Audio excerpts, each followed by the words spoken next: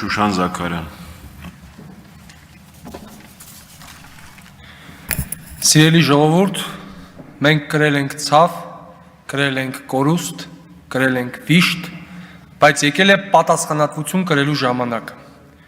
Պատասխանատվություն մեր անցյալի, պատասխանատվություն մեր ներկայի, պատասխանատվություն մեր ապագայի համար։ Մենք համոզվեցինք, որ հայ ժողովրդի ավելի քան 90%-ը ատում է այսօրվա կառավարիչներին։ Ոմանք օրվա հացը չկորցնելու համար ստիպված հանդուրժում են այս ամենը։ Ոմանք էլ սպասում են հենց այն օրակարգին,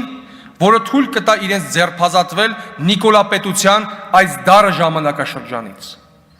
Այսօրվա կառավարիչները չեն արդարացրել հայ ժողովրդի սպասումները։ Արտաքին քաղաքականությունը ձախողված է։ Երկրում համատարած թանկացումներ են։ Սոցիալական անարդարությունը վխտում է Հայաստանում։ Հանցագործությունների և բեսպրիդելի մակարդակը հասել է աներևակայելի մակարդակի։ Իշխանության մի շարք պատգամավորների պահվածքը չի զիջում թաղային խուժանի պահվածքին։ Այս պայմաններում խոսել երկրի լուսավոր ապագայի մասին հնարավոր չէ։ Մեր գլխավոր խնդիրը իշխանությունը Հայաստանի Հանրապետության քաղաքացուն վերադարձնելն է։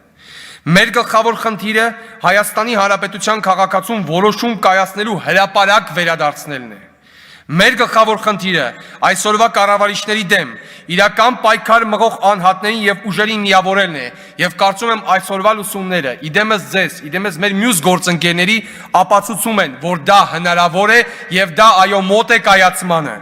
Մենք կարող ենք ունենալ տարաձայնություններ, բայց բոլորս պետք է դաշինք կազմենք իմպիչմենտի օրակարգի շուրջ։ Մեզ մոտեցնողը, գամողը, բարիշացնողը, կուզեք ասել անգամ դաշինքը պետք է լինի իմպիչմենտը։ Իմպիչմենտի շուրջ միավորումը օրհասական է։ Հայաստանում հաստատված հակահայկական իշխանության հեռացումը Նիկոլ Փաշինյանի, նրա իշխանության առանցքային դերակատարների 2020 թվականի 44-օրյա պատերազմի ձախողման պատասխանատուների, Հայաստանում վերջին տարիներին իրականացված սպանությունների և հարձակումների քավորների պատասխանատվության կանչելու գործընթացը անբեկանելի են։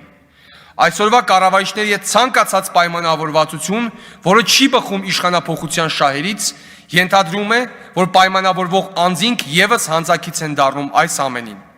Հիշեք, որ Փաշինյանը չի խղճալու ոչ մեկին եւ առաջինը պատժելու է նրանց, ովքեր փորձեն խաղալ եւ աջ եւ ձախ կիսադաշտերում։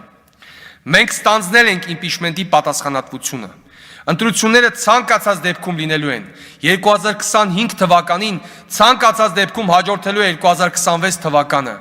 Բայց հիշեք, մինչև 2018 թվականի Հայաստանն ու Արցախը, 2020 թվականի Հայաստանն ու Արցախը, 2023 թվականի Հայաստանն ու Արցախը եւ այսպես շարունակ։ Եվ ուրեմն ոչ ադրբեջանացմանը, ոչ թուրքացմանը, ոչ այսօրվա կառավարիչների լեգիտիմացմանը եւ այո իմպիչմենտին, այո իմպիչմենտին։ Շնորհակալություն պարոն Դերձյան, համեցեք Վահե Մովսիսյանը